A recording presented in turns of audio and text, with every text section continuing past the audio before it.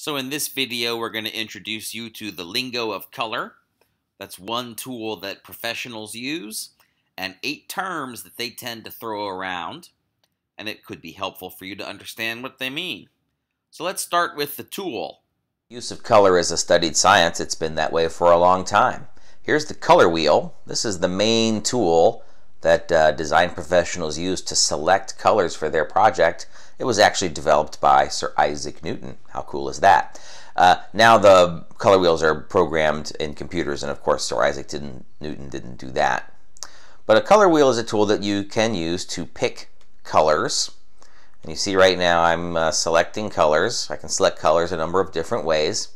And then the color wheel, using scientific principles of light waves, can help me find colors that are pleasing together. So I chose this blue, and the color wheel tells me that this orange is going to go well with that blue. Or this orange and that yellow are going to go well with that blue. Or this red and this green are going to pair well with that blue.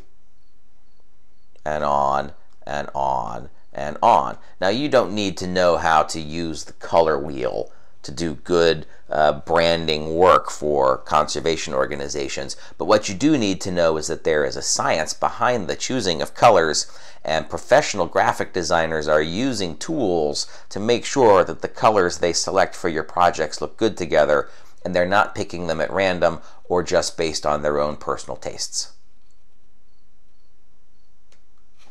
Turn to the lingo. The first 2 terms I want to introduce you to are primary and secondary colors. And the primary colors are red, yellow, and blue. And all the other colors you might ever see are mixes of those. Blue plus red gets you purple, so purple's a secondary color. Red plus yellow gets you orange, so orange is a secondary color. Yellow plus blue equals green, so green is a secondary color. Basically, if you can imagine it in a child's crayon drawing, it's either a primary or a secondary color. It's going to be bright, it's going to be bold, it's going to be a little bit simplistic, might be a lot of fun. It's not very subtle with the primary and the secondary colors. You start mixing those primary and secondary colors with each other, though, and you end up with tertiary colors. Yellow, orange, red, purple, blue, purple. They're not very creatively named, but if you keep mixing them on down, eventually you end up with your pastel colors and your earth tone colors. Those are all tertiary colors, mixes of other colors in various degrees.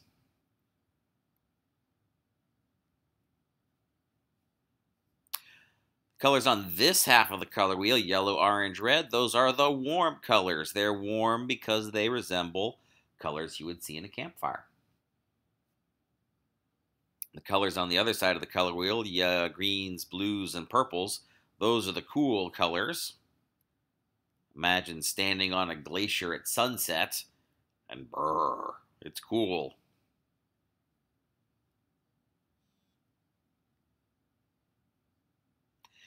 If you take a color and you add white to it, this color with a little bit white and then a little bit more white, that's a tint.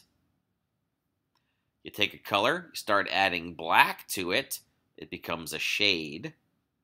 If you take that same color and start adding gray to it, it becomes a tone. And so there you have it. The tool is the color wheel, a tool that color professionals use to scientifically choose colors and combinations of colors that are going to look nice together. You got your primary colors, red, yellow, blue.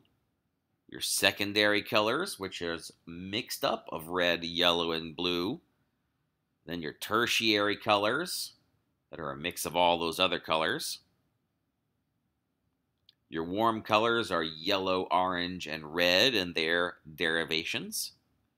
Your cool colors are green, blue, and purple and their derivations. You take a color and you start adding black to it, you're creating shades. You take that same color and you start adding white to it, and you're creating tints. And finally, you take that same color, you start adding a neutral gray to it, and you're getting tones. Those are our tools and the 8 terms.